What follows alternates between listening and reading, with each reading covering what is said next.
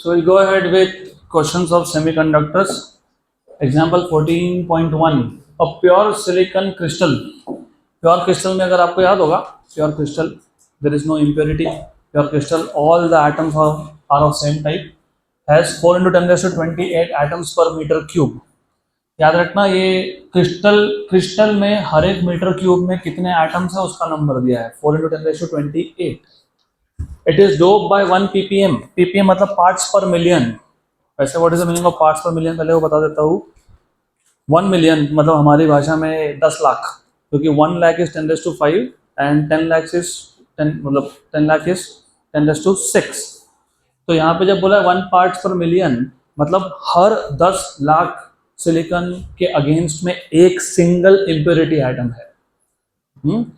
तो for every 10 lakh of host atoms there is only one impurity. तो याद रखना काम में आएगा ये information. It is doped by 1 part per million concentration of antimony. Calculate the number of electrons and holes. Given Ni मतलब intrinsic charge concentration is 1.2 into 10 raised to 16 per meter cube. तो सबसे पहले हमको गिवन में क्या है वो समझ लेते हैं. थोड़ा नोटेशन के साथ थोड़ा कंफर्टेबल बनना पड़ेगा. ये जो कैपिटल एन है, कैपिटल एन को मैं हमेशा बोलूंगा एटम्स पर मीटर क्यूब. तो जो भी आपके पास होस्ट का क्रिस्टल है, उसके हर मीटर क्यूब में कितने atoms, capital N, small n नहीं, क्योंकि यहाँ पे तुमने अगर नोटेशन में गड़बड़ कर दी तो आंसर गलत हो जाएगा. और एन की वैल्यू कितनी दी हुई है तुमको, 4 into 10 raised to 28 पर मीटर क्यूब. तो अभी इसको इमेजिन करना है तो ऐसा इमेजिन कर लो कि ये जो होस्ट था उसमें हर एक मीटर क्यूब में कितने एटम्स थे, 4 into 10 raised to 28. अब तुमने डोपिंग कितना किया, 1 पार्ट्स पर मिलियन. मतलब तुमने क्या किया कि इसमें से हर 1 मिलियन में से हर 10 लाख में एक तुमने एंटीमनी डाल दिया. अब पहले तो ये बताओ कि एंटीमनी पेंटावेलेंट है कि ट्राइवेलेंट है. एंटीमनी पेंटावेलेंट इम्प्योरिटी है कि ट्राइवेलेंट है. Do you have periodic table with you? No, you should have it handy with you, क्योंकि अभी तो मैं बता दूंगा फिर तुम वापस भूल जाओगे. खुद चेक करोगे तो याद रहता है. एंटीमनी का सिंबल बता देता हूं मैं, SB. Is it trivalent? अरे कौन सा ग्रुप एलिमेंट है वो देखो ना.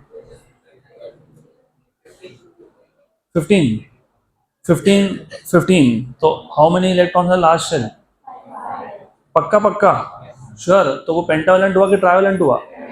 तो पेंटावेलेंट है. तो वो पेंटावेलेंट अगर है और तुमने हर 10 लाख में 10 लाख प्योर सिलिकॉन में एक एंटीमनी डाला और एंटीमनी पेंटावेलेंट है, और अगर एंटीमनी पेंटावेलेंट है तो पेंटावेलेंट में मेजॉरिटी किसका होता है, इलेक्ट्रॉन्स का. और वो जो पेंटावेलेंट में से 4 थे वो किसमें पार्टिसिपेट कर गए थे, कोवेलेंट बॉन्ड फॉर्मेशन. जो एक आखिरी बचा हुआ था वो फ्री हो जाएगा. तो नंबर ऑफ फ्री इलेक्ट्रॉन्स कैसे फाइंड करोगे, total number of atoms per metre cube. इसमें तुमने इम्प्योरिटी कितना डाला, 1 पार्ट पर मिलियन मतलब 10 raised to 6. Her n atoms में एक एटम किसका आएगा, इम्प्योरिटी का. तो total number of host divided by 1 million, क्योंकि 1 ppm बोला है ना, 1 ppm मतलब पार्ट पर मिलियन. मैं वापस बता देता हूँ, इट्स नॉट डिफिकल्ट. सिर्फ तुम थोड़ा सा सोचना का तरीका चेंज करोगे तो समझेगा. तुम लोग 100 हो, इमेजिन. इस 100 में से एक को बोला तुम बाहर जाओ, और उसके अगेंस्ट में मैंने जस्ट फॉर एन एग्जाम्पल किसी इंजीनियरिंग के स्टूडेंट को बिठा दिया यहाँ पे. How many engineering student do you have? 1 in each 100. सही है ना, each 100. तो वही तो किया मैंने, वही तो किया. अब टोटल नंबर ऑफ तुम कितने थे, 100, उसमें से एक, तो एक मतलब 1, ये 100 आएगा ना, 10 raised to 2 होगा ना, तो ऊपर जाके क्या हो गया, 10 raised to -6. तो that is how you find out number of electrons per metre cube, तो 4 इंटू 10⁻28। अब डिवाइड ही क्यों किया भाई, पार्ट्स पर मिलियन है, पर मतलब डिवाइड होता है कि नहीं, पर का मतलब क्या है, डिनोमिनेटर में मिलियन है, इसलिए डिवाइड किया। तो how many number of free electrons you have, 4 into 10⁻22, 4 into 10⁻22 पर मीटर क्यूब। हो गया पक्का पक्का। अब इन्होंने कुछ और बोल के रखा है, पूछा है calculate number of electrons and hole, वो तो हो गया। और Ni भी दिया है। What is Ni? इंट्रिंसिक। याद है कि मैंने आपको बताया था, इंट्रिंसिक मतलब प्योर सेमीकंडक्टर में शुरू में जब तक तुम डोपिंग नहीं करते हो तो जितने इलेक्ट्रॉन्स होते हैं उतने ही होल्स होते हैं, और दोनों का नाम चेंज करके क्या नाम दिया था, Ni। तो what is this Ni? This is before doping. Doping करने से पहले जो कैरियर कॉन्सेंट्रेशन था, नंबर ऑफ इलेक्ट्रॉन्स और होल्स सेम थे, तो उस केस में वो नंबर ऑफ इलेक्ट्रॉन्स और होल क्या थे, Ni। लेकिन अभी डोपिंग करने के बाद वो क्या बन गया, Ne। अब डू यू ऑल्सो रिमेंबर, मैंने आपको बताया था एक formula, Ni² equal to Ne into NH। तो what will be NH? Ni² upon Ne, बराबर। What is Ni? 1.2 इंटू 10⁻16 इसका square upon what is Ne? 4 into 10⁻22। तो व्हाट इज 1.2 का स्क्वायर, 1.44 अपॉन 4, ये 10⁻32, नीचे कितना 22, तो कितना बचा 10⁻10, और 1.44 को 4 से डिवाइड कर लेते हैं,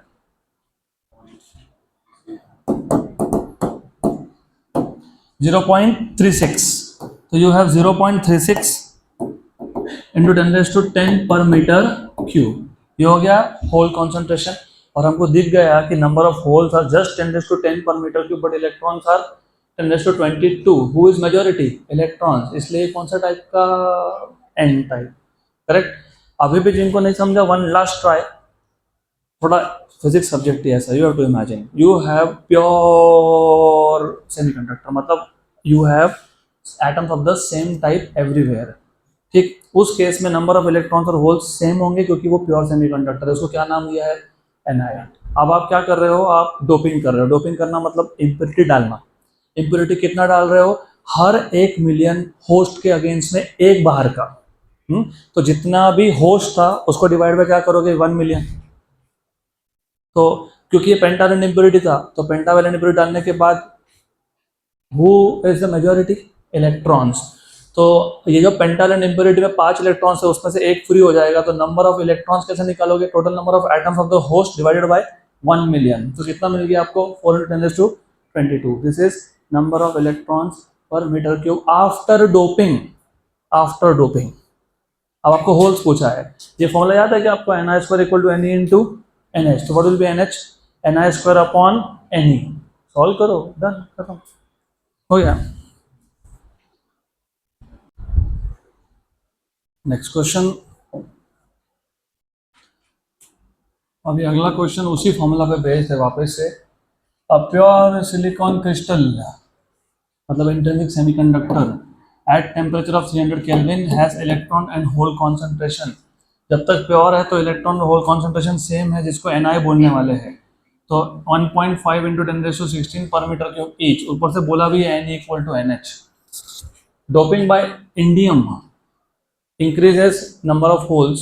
अभी तुम इंडियम डोप कर रहे हो और होल्स बढ़ रहे हैं, तो इंडियम कौन से टाइप का इम्प्योरिटी हुआ, ट्राइवेलेंट। कौन सा हुआ, ट्राइवेलेंट। तो ये इसलिए बोला है कि doping by indium increases NH to 4.5 into 10⁻22। Calculate Ne number of electrons after doping, क्योंकि ये डोपिंग से पहले था, अब डोपिंग के बाद पूछा है, for the dope silicon crystal. तो बहुत ही सिंपल सा क्वेश्चन है। You just have to identify, given parameter में तुमको इंट्रिंसिक कॉन्सेंट्रेशन दिया हुआ है 1.5 इंटू 10⁻16 पर metre cube. This is before doping. Doping करने के बाद जो नंबर ऑफ होल्स थे, नंबर ऑफ होल्स वो हो गए 4.5 इंटू 10⁻22 पर मीटर क्यूब। गुड। देन आपको पूछा है after doping what will be the electron concentration, इन्हीं पूछा हुआ है। फॉर्मूला मैंने आपको अभी भी बताया था, Ni² equals to Ne into NH। तो यहाँ से तुमको मिल जाएगा N E equal to N I square upon N H. What is N I? 1.5 into 10⁻16 का square upon what is N H? 4.5 into 10⁻22. What is 10⁻16 का स्क्वायर? 10⁻32. और नीचे कितना है? 10⁻22. तो कितना बचा? 10⁻10. 1.5 का स्क्वायर इज 1.5 इंटू 1.5 अपॉन 4.5. 1 जा एंड 3 जा, 1 जा एंड 0.5 जा. So you have your answer to be 5 into 10⁻9 per meter cube. Done.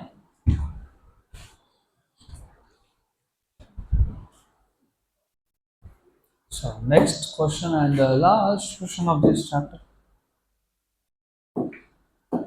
वैसे यहाँ पे प्रिंटिंग मिस्टेक है, ये ओहम उल्टा प्रिंट हुआ है. It should be like that. ठीक है. Anyways, so resistance is measured in ohm. Example 14.3. Refer to figure A. Figure A shown below and find the resistance between point A and B when an ideal diode is number 1 forward biased, number 2 reverse biased. तो पहले तो तुम B और C की तरफ देखो मत, सिर्फ A डायग्राम को देखो. B और C there are two resistances और इस कॉम्बिनेशन को बोलते हैं पैरेलल कॉम्बिनेशन. क्या बोलते हैं? और यहाँ पे डायोड है. याद है कि मैंने डायोड का आपको सर्किट सिंबल बताया था? नहीं बताया था तो अभी बता देता हूँ. अगर मुझे एक सर्किट में पीएन जंक्शन डायोड बताना हो तो हम लोग क्या करते हैं? ट्राइंगल ड्रॉ करते हैं. ट्राइंगल रिप्रेजेंट्स पी टाइप और एक लाइन ड्रॉ करते हैं इट रिप्रेजेंट्स एन टाइप. तो ये एक टर्मिनल, ये एक टर्मिनल. तो यू हैव पी, मतलब basically this is P type, this is an type. तो ये डायोड का सर्किट सिंबल है. क्योंकि मैं सर्किट में ऐसा पूरा रॉड ड्रॉ करके आधे में होल्स और आधे रीजन में इलेक्ट्रॉन्स दिखाते नहीं बैठूंगा. तो हम लोग क्या करते हैं? हम एक सिंबल यूज करते हैं. This is a symbol of PN junction diode. पक्का? नो डू यू रिमेंबर, अगर फॉरवर्ड बायस हो तो पी टाइप किसको कनेक्टेड था? पॉजिटिव. और एन टाइप नेगेटिव. तो फॉरवर्ड बायस में करंट पास होता है कि नहीं होता है? होता है. तो अगर करंट पास होगा तो इसका मतलब उसको हम लोग बोलते हैं शॉर्ट सर्किट. क्या बोलते हैं? तो ये यहाँ से करंट जाएगा क्योंकि डायोड फॉरवर्ड बायस है. डायोड क्या है? Forward bias. तो ये जो डायग्राम बी है ये फॉरवर्ड बायस है. तो रिमेंबर, फॉरवर्ड बायस में डायोड करंट पास करता है क्योंकि it is like switch on. अगर करंट पास होगा तो करंट को रास्ता मिल रहा है, मतलब ये जो रेजिस्टेंस है ऊपर वाला वो भी सर्किट में है, ये भी सर्किट में है. दोनों किस में है? सर्किट में. तो केस 1 फॉरवर्ड बायस्ड. अब अगर फॉरवर्ड बायस है तो ये जो ऊपर का रेजिस्टेंस है, एक काम करते हैं ना, इसको R1 नाम दे देते हैं. Let us call this is R1, this is R2. तो R1 और R2 are in parallel. They are in parallel. और आपको अगर नहीं पता तो बता देता हूँ, जब दो रेजिस्टेंस पैरेलल में हो ना तो उन दोनों का इक्विवेलेंट, अब जिनको इक्विवेलेंट नाम भी नहीं पता वो भी बता देता हूँ. इक्विवेलेंट का मतलब ये होता है कि अगर मेरे पास सर्किट में दो रेजिस्टेंस है, can I remove both the resistance and put a single resistance? Yes. तो दो हटा के जब मैं सिंगल रेजिस्टेंस लगाऊंगा उसको बोलते हो इक्विवेलेंट. क्या बोलते हैं? या फिर इफेक्टिव रेजिस्टेंस. तो सीरीज और पैरेलल दो टाइप के कॉम्बिनेशन होते हैं. ये पैरेलल है. पैरेलल में जब दो रेजिस्टेंस हो तो R1 into R2 upon R1 plus R2. R1 की वैल्यू कितनी है? 30. R2 की भी कितनी है? 30. 30 इंटू 30 अपॉन 30 प्लस 30 मतलब कितना? 60.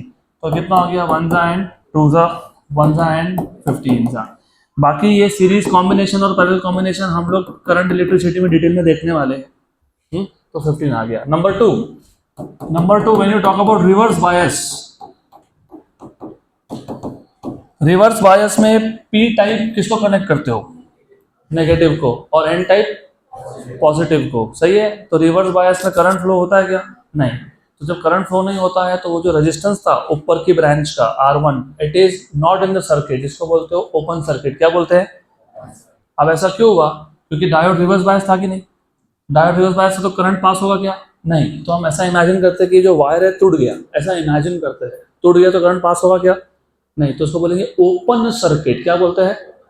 तो सर्किट ओपन है, दिख रहा है ओपन इधर, हाँ मतलब ऊपर वाला रेजिस्टेंस सर्किट में है ही नहीं, तो सिर्फ कौन है, नीचे का, तो कितना रेजिस्टेंस आएगा 30 ohm. So in reverse bias, in reverse bias resistance R1, resistance R1 is not in circuit since it is open. Therefore equivalent resistance is only R2 which is equal to how much, 30 ओम। पक्का question तो खत्म हो गया, लेकिन एक एक चीज इसमें से क्या समझ में आई, अगर मैं दो रेजिस्टेंस को पैरेलल में लगाता हूँ, कितना था ये 30, ये कितना था, और दोनों को पैरेलल में लगा दिया तो कितना आया आंसर 15।